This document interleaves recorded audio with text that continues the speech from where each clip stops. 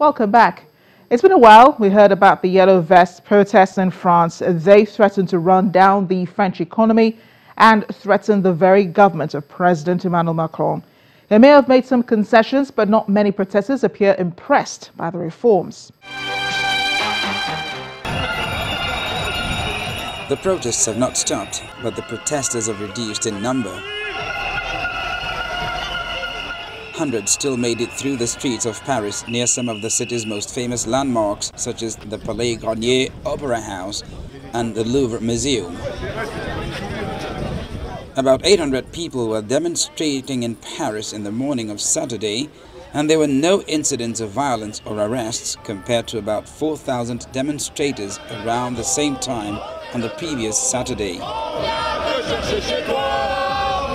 That was even much less than the protests that took place 3 weeks ago in Paris, which turned into some of the worst unrest seen in the capital since 1968.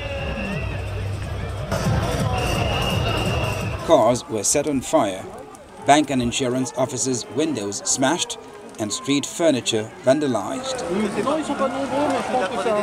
But by late afternoon into the evening, tensions erupted between French police and protesters on the Champs-Élysées Avenue. The number of protesters had grown to about 23,800. At a point, a French policeman pulled his gun and pointed it at a crowd of protesters. 109 protesters were arrested in the French capital, 7 of whom were held in custody. The Yellow Vest protesters began in mid-November to rally against fuel tax increases and subsequently against the widely liberal economic reform policy of President Emmanuel Macron, who made tax and salary concessions earlier this month. Since he caved in to protesters in a TV address on December the 10th, the president has largely kept out of the public eye, staying inside the Élysée Palace for what his press team called internal meetings. Only to reappear in Chad, where he inspected troops stationed in N'Djamena, where he began a 2-day visit to the country. The troops are stationed in the North Central African country as part of a 3,000-strong Macron contingent fighting insurgents in the Sahel. The Macron contingent comprises soldiers from France as well as Chad, Burkina Faso, Mali, Mauritania and Niger. It will be President Macron's first visit to Chad, according to the Élysée Palace. Staying with France, I had a chat with the French Consul General a while back about France's relations with Nigeria. France has been a very strong ally of Nigeria, economically and strategically. Those ties were strengthened with the French President Emmanuel Macron's visit to Nigeria in July. It's something President Muhammadu Buhari reflected on when he received letter of credence from the new French ambassador to Nigeria, Mr. Jérôme Pasquier. Mr. Palonso, the Consul General, spoke some more on Nigeria's relations with France. What has been the experience of French businesses coming to the country and doing business? Yes, you're right. This French week is focused on doing business in Nigeria, but also doing for a Nigerian business person doing business to France, because it's in this way we consider the relationship business-wise between Nigeria and France. Investing in Nigeria because Nigeria is a wonderful country with a lot of opportunities, but also having Nigerian people going to France to invest, given that the possibility of investment are better and better in France, not only in France, in Europe, but in France in particular. I remember that when the French President Emmanuel Macron visited in Nigeria in July, one of the ministers did talk about misconceptions between Nigerian businesses and French businesses and doing business in both countries.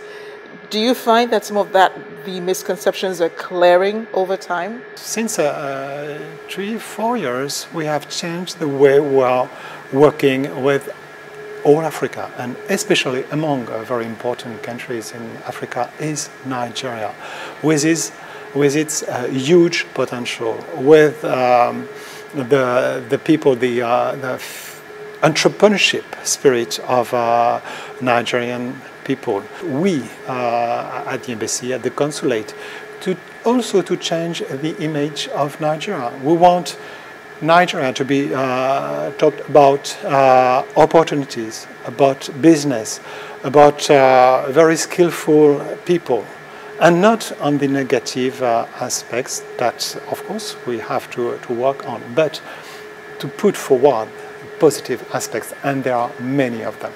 I know that France is investing heavily in Nigeria, especially in the area of transportation. Will we see an increase in that investment over time? Well, we are of course expecting more investment in Nigeria. Well, we have 100 companies, big or smaller companies, but we have majors such as, of course, Total, we have Bolloré, we have Ponticelli, we have Air France, just name them. Very, very big companies. But we have also, well, it's still in the making, I can't at this time to tell more about that, but we have other companies that are willing to do business with Nigeria. We're in election campaign season, and the countries in the international community, France included, did release a statement highlighting their expectations and their concerns, for the campaign season and the build-up to the elections. What's the interest for France in the campaigns and the elections? I would say that talking about interest, the first interest is interest of Nigeria. This is very important. That well, we have we had this election in 2015, and it was quite a smooth process with respect of democracy and this shift in power, which went smoothly. And I think we have these good memories of the last elections. And what we wish dearly is that the process would go so smoothly, in transparency, in a democratic way, with all the topics you talked about: free press, security, for the people just to feel secure, to feel responsible, to go to election without fear. We wish that everything goes well. Well, it's a good signal sent overseas for investment, but we are confident that everything will go well, as it was the case in 2015. Finally, I know that the interest in the French language is growing. I do have to say that France has a very wonderful campaign, towards the learning of the French language. How's that going so far? Actually, there is a real interest for the French language. Well, I think there are 300,000 people speaking the French language. Nigeria is a country with French-speaking neighbors, and really it worth it.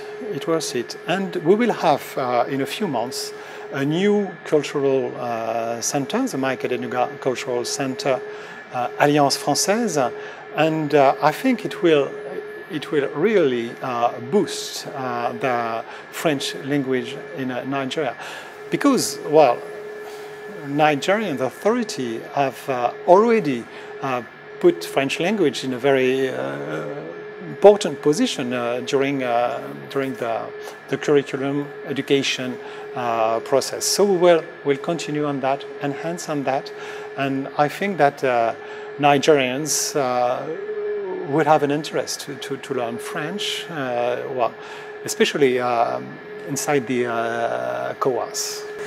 Monsieur le Promotion, merci. Je suis très heureuse pour parler avec vous. Merci beaucoup, c'était un grand plaisir d'avoir cette interview et bravo pour votre français. Merci. That's our time on the program today. We always love to hear from you, so you can reach us using any of the addresses showing on your screen. I am Amarachi Obani. Thanks for watching.